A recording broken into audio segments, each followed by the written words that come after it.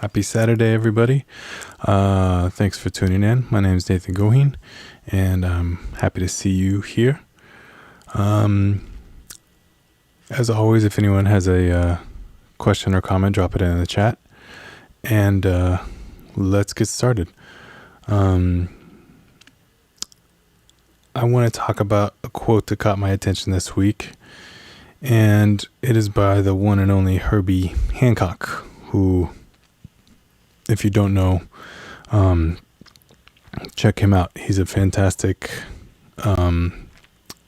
musician, piano player, synthesizer player, composer, and he's worked in many different genres, from acoustic jazz to pop music, from Miles Davis to Joni Mitchell. So he's definitely one of our architects, and has a lot of invaluable insight. Anyways, to get to the quote, Herbie Hancock said, "I don't look at music from the standpoint of being a musician. I look at it from the standpoint of being a human being."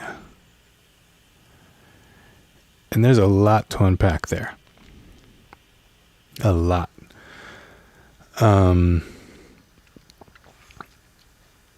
For what it's worth, Herbie is a practicing Buddhist, and I think that this probably has an influence on his outlook in life. How could it not?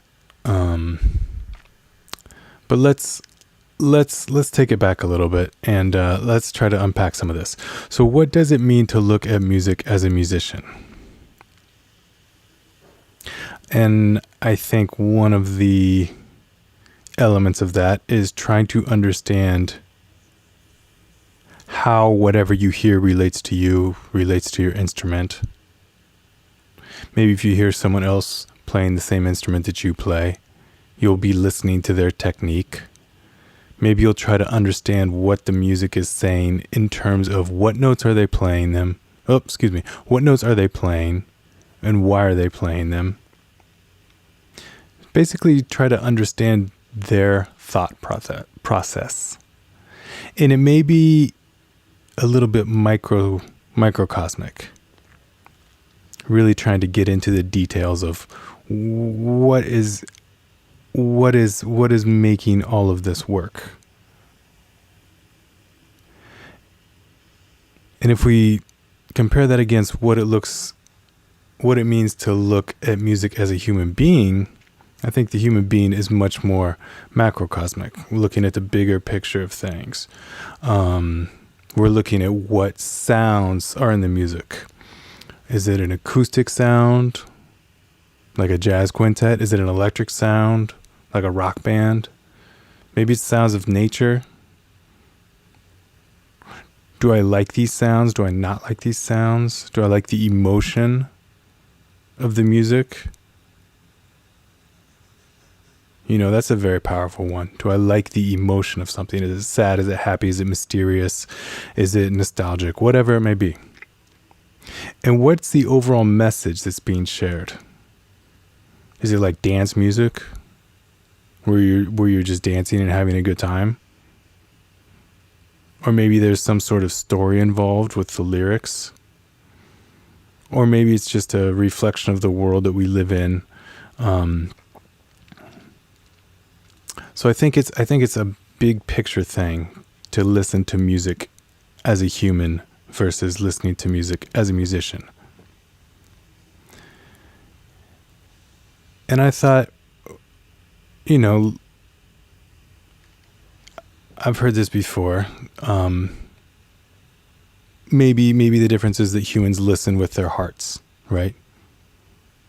And yeah, that's true, but a case against that is some people who aren't musicians or who aren't lyricists really get into the craft of the lyrics. They intellectualize these words and how those specific words were used and placed in a very specific order. And some people really like that. And I think that that's not really maybe using your heart then. And there's also a case against it because some people just love seeing really active, lots going on, fast movements. They think that that means, you know, it must be good. I guess for to not mince words, you know, some people see a lot of action, a lot of pyrotechnics, gets super technical, and they're like, oh wow, that must be good, you know. And I think on an intellectual level, they're saying it must be good because this person's expending a lot of energy, which is not always the case. And so the flip side of this coin is, well, maybe musicians listen with their heads. And I think the absolute biggest case against that is that we've all heard so many examples of music that moves us emotionally. And I don't think that there's any way that that music that moves us emotionally could be created without moving the creator. Whatever that music may be, it'll be different for each person. It'll be different for me versus, you know, my neighbor as to what moves us emotionally. But the fact that we are moved so emotionally by music, to me, tells me that the creator was moved emotionally by it as well. So as a musician, I think it's best if we kind of perform a balancing act. At some point, I think nearly everyone goes into too much of a technical focus regarding music. I think we've all been there. And a downside of this is that it makes it harder to share. It makes it harder to connect with people, which is one of the most beautiful things about music, is sharing it. Sharing a story, sharing a feeling, sharing a thought, whatever it may be. So I think it's important for us to kind of, I can't find a better word than compartmentalize, but I think that we should maybe kind of compartmentalize when we're going to focus on music as a musician. And that's when we practice. I think that when we practice, it's okay to sit down, be insanely analytical, and figure it out. And then when we go to perform, I think we should try to think like a human being. Bigger picture. And for those who aren't musicians,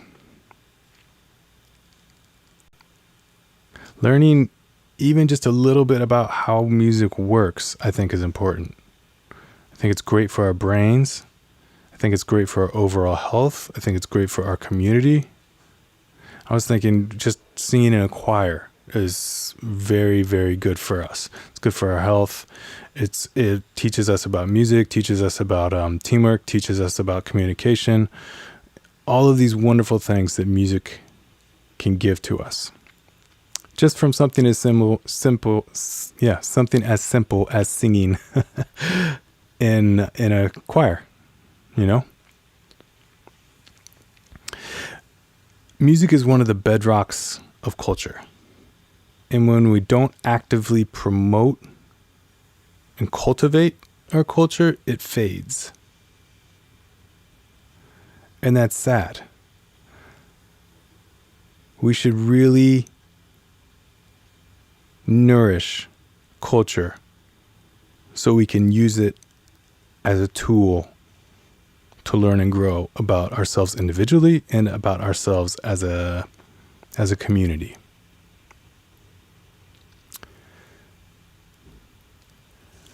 The last thing I wanted to mention was a quote by the amazing saxophone player Charlie Parker. He said, "First you learn your instrument, then you learn the music, then you forget all that and just play." Which I think is right in line with get into the weeds, figure it out on your own practice time, and when you're in front of people, you're all the same. Your set of ears is the same set of ears as somebody in the audience. I hope this was helpful. As always, if anybody's interested in taking some individual lessons, I offer 100% money back guarantee, whether you want to study an instrument or have me help you produce a song, whatever it may be. I just want to help you with your goals. And join me next Saturday at 5 p.m. Eastern time. Do another one of these live streams. And until then, take care. Be well.